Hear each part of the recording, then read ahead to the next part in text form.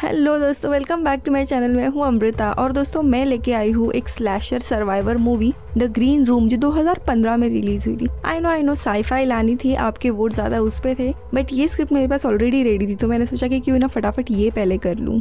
दोस्तों एक बात तो बता सकती हूँ, ये मूवी देखते वक्त ना लिटरली बहुत ही ज्यादा टेंशन हो रही थी कि आगे क्या होने वाला है ये सोचते सोचते। वन ऑफ बेस्ट हॉरर और थ्रिलर जॉनरा में ये मूवी आती है। एंड पहले वार्निंग दे दूं कि ये मूवी बहुत ही ज्यादा ब्रूटल है। तो चलिए स्टोरी की तरफ मुड़ते हैं। हम एक छोटे से रॉक म्यूजिक बैंड को देखते हैं आर नॉट राइट्स नाम की, जिसमें 4 मेंबर्स थे, पैट, सैम, रीस और टाइगर। इनका ये बैंड स्ट्रगल के साथ चल रहा था, ज्यादा गीग उनको मिल नहीं रहे थे और अपने अगले गीग के लिए ये लोग ड्राइव करके काफी दूर चले जाते हैं जहाँ पे एक रेडियो होस्ट टैट इनसे मिलता है। वो दरअसल इनका ब्रॉडकास्ट करने वाला था उसके रेडियो स्टेशन पे, लेकिन वहाँ जाने के बाद वो बताता है कि इनका शो कैंसिल कर दिया गया है।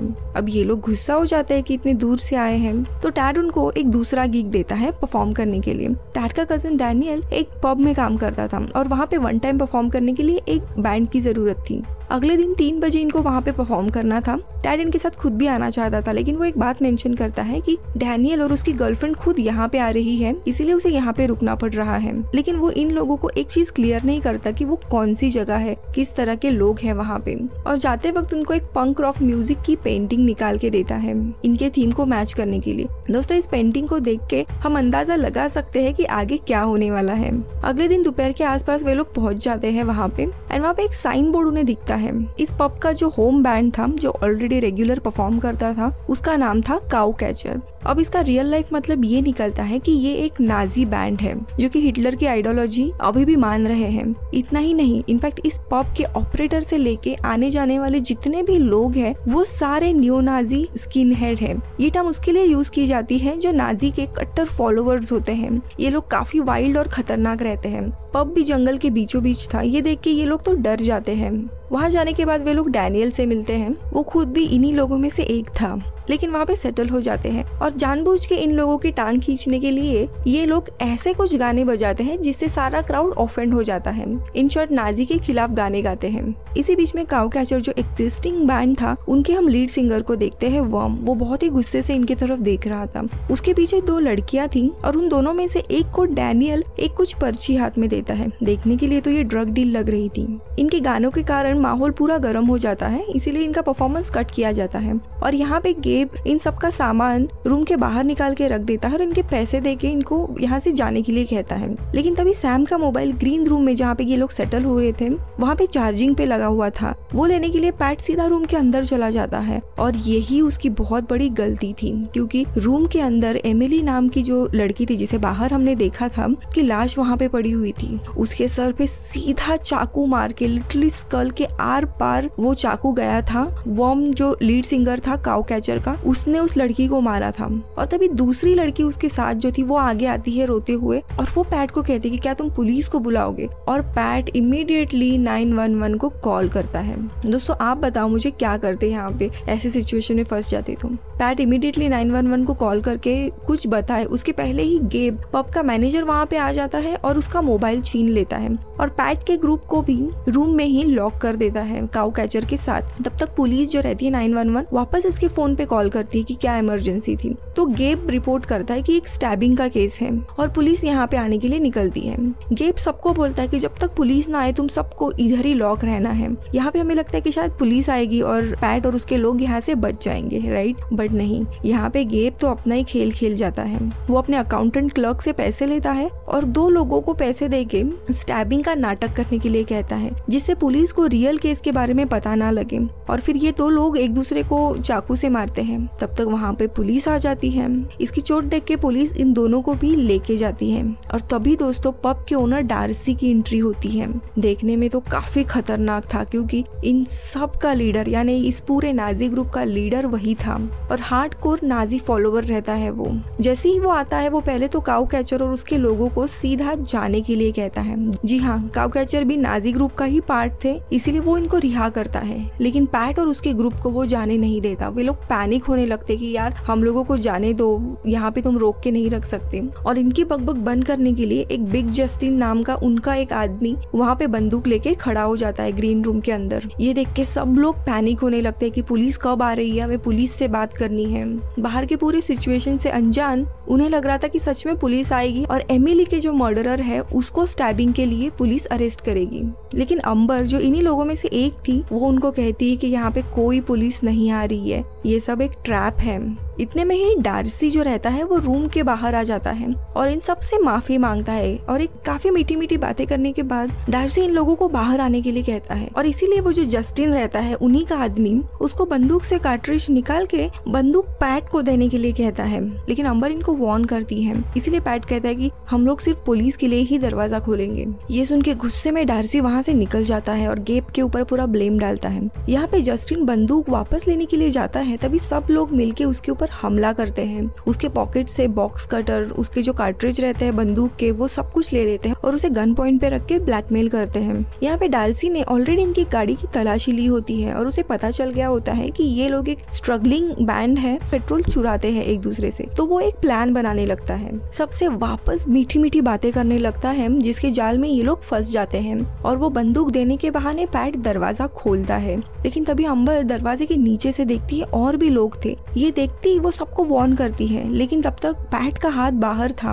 डार्सी के जो लोग हैं वो अपने बड़े बड़े चाकू से उसके हाथ पे वार करने लगते हैं। इमीडिएटली दरवाजा बंद किया जाता है, लेकिन जो पैट का हाथ होता है ना दोस्तों, वो पूरा एक साइड से लटक रहा था और बहुत ज्यादा वार हुए थे उस पे। इसी पैनिक सिचुएशन का फायदा लेके जस्टिन वापस गन लेने के लिए जाता है, लेकिन रीस उसके ऊपर हमला करके उसे चोक कर देता है और मार डालता है। दोस्तों इतना ही नहीं, अब ये मरा है कि नहीं ये पता नहीं था, इसीलिए अंबर जो है उसके पास जो कटर रहता है उससे सीधा जस्टिन का पेट काट देती है। ओ गॉड, ये सीन भी इतना ज्यादा ब्रूटल था ना। अब डार्सी को भी पता चल गया था कि सिचुएशन हाथ से बाहर जा रही है, इसीलिए वो क्लब की लाइट जानबूझ के बंद करता है एंड जो सारा क्राउड था पब में उन्हें लाइट का इशू बोल के सबको जाने के लिए कहता है एंड पब बंद कर देता है।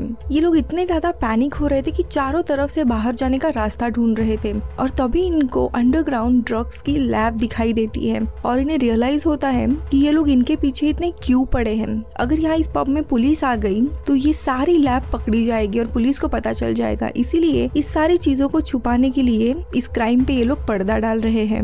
गेब और क्लर्क जो है वो आसपास के जो इनके ग्रुप के जो लोग रहते हैं उनको बुलाते, जिसमें डैनियल भी शामिल था, और वो लोग बताते हैं कि जो नया बैंड आया था उन लोगों ने एमिली और जस्टिन को मार डाला है।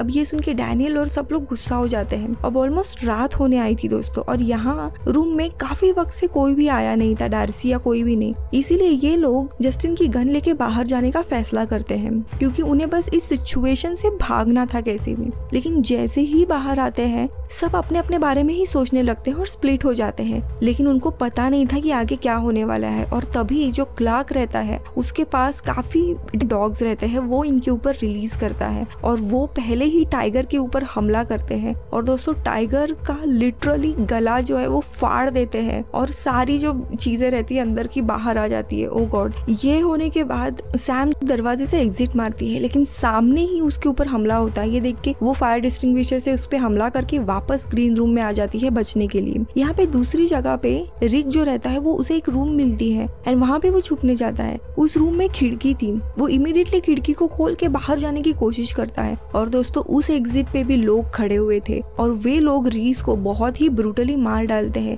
लिटरली उसके जो पेट के गट्स रहते हैं वही बाहर आ जाते हैं। अंबर जो कि स्टेज पे थी उसके ऊपर डॉग हमला करता है, लेकिन तभी पैट वहाँ पे आता है एंड स्टेज पे जो माइक रखा था ना वो स्पीकर के नजदीक लाता है, जिसके कारण एक गूंजने की बहुत जोरों से आवाज आने लगती है, जिससे डॉग डिस्टर्ब हो जाता है और वहाँ से भाग जाता है। अब अंबर, पैट एंड सैम ये तीनों ही बच गए थे।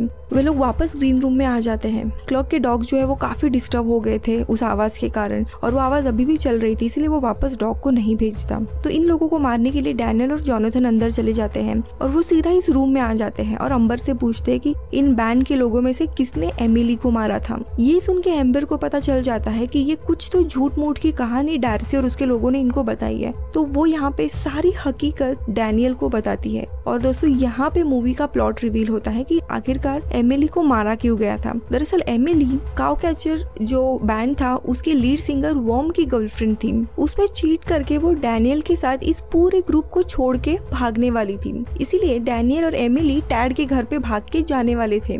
जब पैट का ग्रुप स्टेज पे परफॉर्म कर रहा था तब डैनियल एमिली को कागज की पर्ची देता है। उस पे दरअसल फ्लैश वुल्फ ये लिखा हुआ था।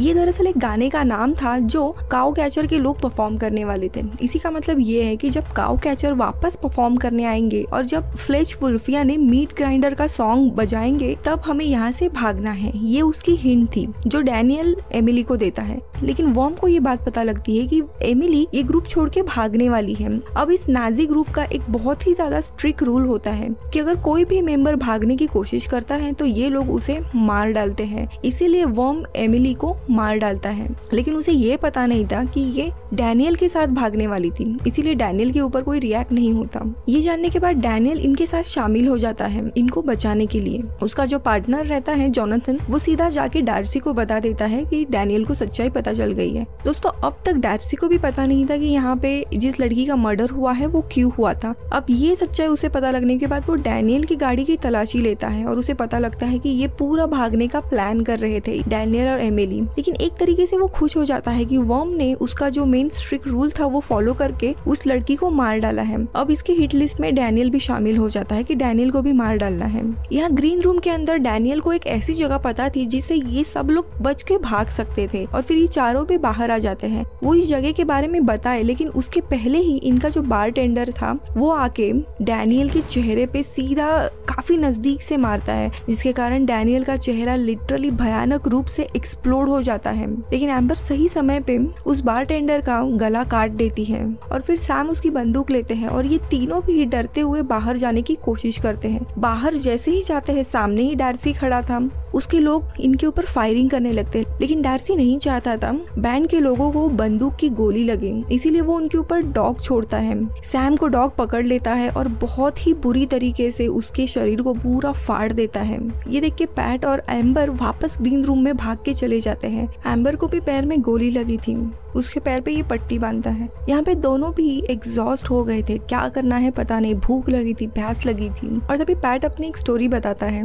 उसके दोस्त के बैचलर पार्टी के सेलिब्रेशन के लिए ये लोग पेंट बॉल करने गए थे। जो अपोजिट टीम जो थी असल के सोल्जर्स थे, तो उनको फायरिंग कैसे करनी है, उनकी स्ट्रेटेजी, ट्रिक्स, ये सब कुछ पता था। इसी के कारण इनकी टीम हार रही थी।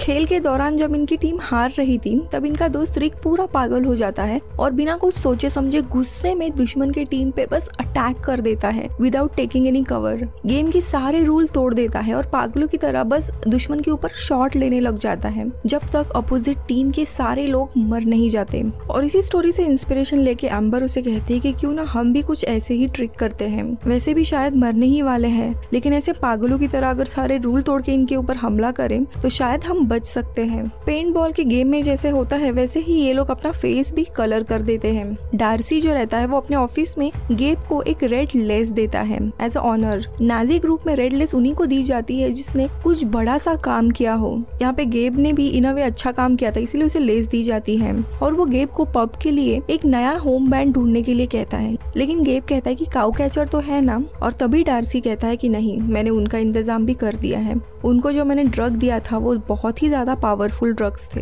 इतना कहकर डार्सी और क्लर्क सैम, टाइगर और रीस की लाश लेके वहाँ से निकल जाते हैं। सिंस अभी 2 ही लोग बचे थे, उनको मारना काफी आसान था, इसीलिए ये काम जोनाथन और काइल को दिया जाता है। उनके पास एक डॉग भी देते हैं और उनके बंदूक में 3 कार्ट्रिज रहते हैं जिससे आसानी से 2 लोग मारे जा सकते हैं। लेकिन जैसे ही जोनाथन और क्लर्क डॉग को लेके रूम के नजदीक आते हैं, अचानक से वापस वो स्पीकर की आवाज आने लगती है, जिसके कारण डॉग बहुत ही ज्यादा डिस्टर्ब हो जाता है और वहाँ से भाग जाता है। फिर ये दोनों अंदर चले जाते हैं। रूम के सामने पैट था और वो जोरों जोरों से चिल्ला के नीचे जंप मारता है जहाँ पे ड्रग्स की लैब थी। इनको पता था नीचे जाना मतलब ट्रैप हो सकता है, इसीलिए डरते हुए जोनाथन नीचे चला जाता है। और तभी अम्बर जो रहती है वो यहीं पे छुपी हुई रहती है। वो बाहर आती है एंड अपने कटर से काइल का गला काट देती है। ये देख के जोनाथन बहुत ही ज्यादा डरने लगता है। अब उसका बैकअप के लिए भी कोई नहीं था।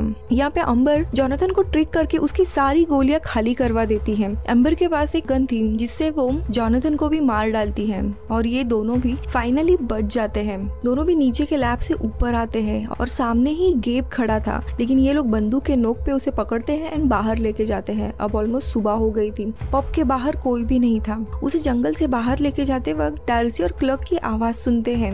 ये लोग दरअसल क्राइम सीन स्टेज कर रहे थे और यहाँ पे डार्सी के प्लान के बारे में पता लगता है कि वो इनकी कार को अपने घर में लेके जाने वाला था और इन सबको फ्रेम करने वाला था कि ये लोग उसकी कार से पेट्रोल चुरा रहे थे। उसी दौरान डॉग ने इनके ऊपर हमला करके सबको मार डाला और इसी के कारण से वो बंदूक से इनको मारना नहीं चाहता था और सबको डॉग से मरवाता है। यहाँ पे जंगल से जाते वक्त पैट को अपने दोस्तों को आखिरी बार गुड बाय कहना था, इसलिए वो फैसला करता है कि वो डार्सी और उसके लोगों को देखने के लिए जाएगा। अम्बर भी उसके साथ आती है। तो यहाँ पे गेब को ये लोग धमकी देके छोड़ते हैं, कहते हैं कि तुम्हें पुलिस को यहाँ पे बुलाना है, अगर तुमने पुलिस को नहीं बुलाया तो तुम्हें कैसे भी ढूंढ के मार दिया जाएगा। गेब काफी डर गया था, इसलिए वो प्रॉमिस करता है कि हाँ पुलिस को बुलाएगा और वहाँ से निकल जाता है। यहाँ पे पैट और अम्बर थोड़ी ही दूर पे आते हैं और उनको उनकी कार दिखती है जहाँ पे क्लर्क और एलन था। इन दोनों को भी गन पॉइंट पे पकड़ के वे लोग सामने ही डार्सी का घर था वहाँ पे लेके जाते हैं। बातों बातों में क्लर्क जैसे ही मुड़ता है कुछ करने के लिए, अम्बर सीधा उसे शॉट कर देती है। यहाँ पे डार्सी को रियलाइज होता है कि उसका खेल खत्म हो गया, इसीलिए वो सीधा मुड़ता है और चले जाता है होपिंग कि कुछ बेटर हो जाए सिचुएशन से, लेकिन नहीं। जैसे ही वो मुड़ता है पैट उसके सर पे सीधा गोली मार देता है। एलन को भी मार देते हैं। गन की फायरिंग की आवाज से गेब को पता चल जाता है कि इन लोगों ने सबको मार डाला है, इसीलिए वो पास के गांव के लोगों को पुलिस को कॉल करने के लिए कहता है। पैट और अम्बर अधमरे हालत में वहीं पे बैठे रहते हैं पुलिस का इंतजार करते हुए, क्योंकि उनकी हालत वैसे बहुत ही ज्यादा खराब थी और नाजी ग्रुप का लीडर डार्सी को इन लोगों ने मार दिया है। ये जब आसपास के लोगों को अगर पता चल गया तो लोग वैसे भी इनके ऊपर हमला करेंगे, इसीलिए वो उधर ही बैठे रहते हैं पुलिस का इंतजार करते हुए। तो दूसरी जगह पे दोस्तों हम देखते हैं काउ कैचर जो ग्रुप रहता है, उन्होंने डार्सी की ड्रग ली थी और वे लोग ऑलमोस्ट मरने के कगार पे थे। यानी यहाँ पे डार्सी इन लोगों को क्राइम सीन से तो भगा देता है, लेकिन उन्होंने उसके प्रॉपर्टी में एक लड़की को मारा था, इसीलिए खतरनाक ड्रग देके उनको भी ये मरवा देता है। जब ये लोग बैठे रहते हैं तभी वो डॉगी आ जाता है, लेकिन इन पे हमला नहीं करता। वो उसके ओनर क्लर्क के पास जाके बैठ जाता है। उसे रियलाइज होता है कि क्लर्क मर गया है और बस दोस्तों मूवी इधर ही खत्म हो जाती है। ये दोनों बच जाते हैं, लेकिन पुलिस यहाँ पे पहुंच जाती है, ये दिखाया नहीं गया है। दोस्तों फ्रैंकली बोलो ना, ये मूवी थ्रिलर और हॉरर है, बिकॉज आगे क्या होने वाला है लिटरली कुछ पता नहीं है, किस तरीके से चीजें हो रही है और एक रियलिस्टिक ग्राउंड पे मूवी बेस्ड है। क्योंकि इन लोगों के अगर आपने डिसीजन देखे होंगे कि ये लोग बंदूक देने के लिए जाते हैं या फिर बाहर जाने वाले थे, लेकिन अम्बर उन्हें रोकती है, तो यहाँ पे इनके डिसीजन काफी ज्यादा स्टूपिड लगते हैं मूवी देखने के टाइम पे। लेकिन एक बात तो है, जब इंसान पैनिक सिचुएशन में होता है तब वो सही दिमाग से नहीं सोचता, इसी के कारण ये रियलिस्टिक फिल्म होती है। जैसे NH10 में हमने देखा था, थप्पड़ खाने के बावजूद वो अपने वाइफ को लेके उधर चला जाता है उस लड़की को बचाने के लिए, क्योंकि पैनिक सिचुएशन में कभी भी हम सही डिसीजन नहीं लेते। इस पूरे ग्रुप में एमिली काफी समझदार दिखाई है। अगर ये लोग पहले से ही उसकी बात मानते तो शायद सभी लोग बच सकते थे। दोस्तों मूवी का टाइटल है ग्रीन रूम। ग्रीन रूम यानी थिएटर के पीछे जो रूम दी जाती है आर्टिस्ट लोगों को रेडी होने के लिए, उसे ग्रीन रूम कहते हैं। एंड डायरेक्टर जेरेमी को उसके प्रीवियस मूवीज के बाद ही एक ऐसी फिल्म बनानी थी जहाँ पे बहुत सारे लोग कैद हैं, उनके ऊपर काफी ज्यादा वायलेंस हो रहा है, और उसके प्रीवियस मूवी से ही उसे ग्रीन रूम के ऊपर थ्रिलर फिल्म बनाने की इंस्पिरेशन मिली थी। दोस्तों अगर आपको ये एक्सप्लेनेशन अच्छा लगा होगा तो प्लीज मेरे इस वीडियो को लाइक कीजिए। दोस्तों आप लोग अगर ऐसे सिचुएशन में फंसते तो क्या करते, ये मुझे कमेंट सेक्शन में जरूर बताइए। मैं आपसे मिलूंगी अगले वीडियो में, तब तक के लिए बाय बाय।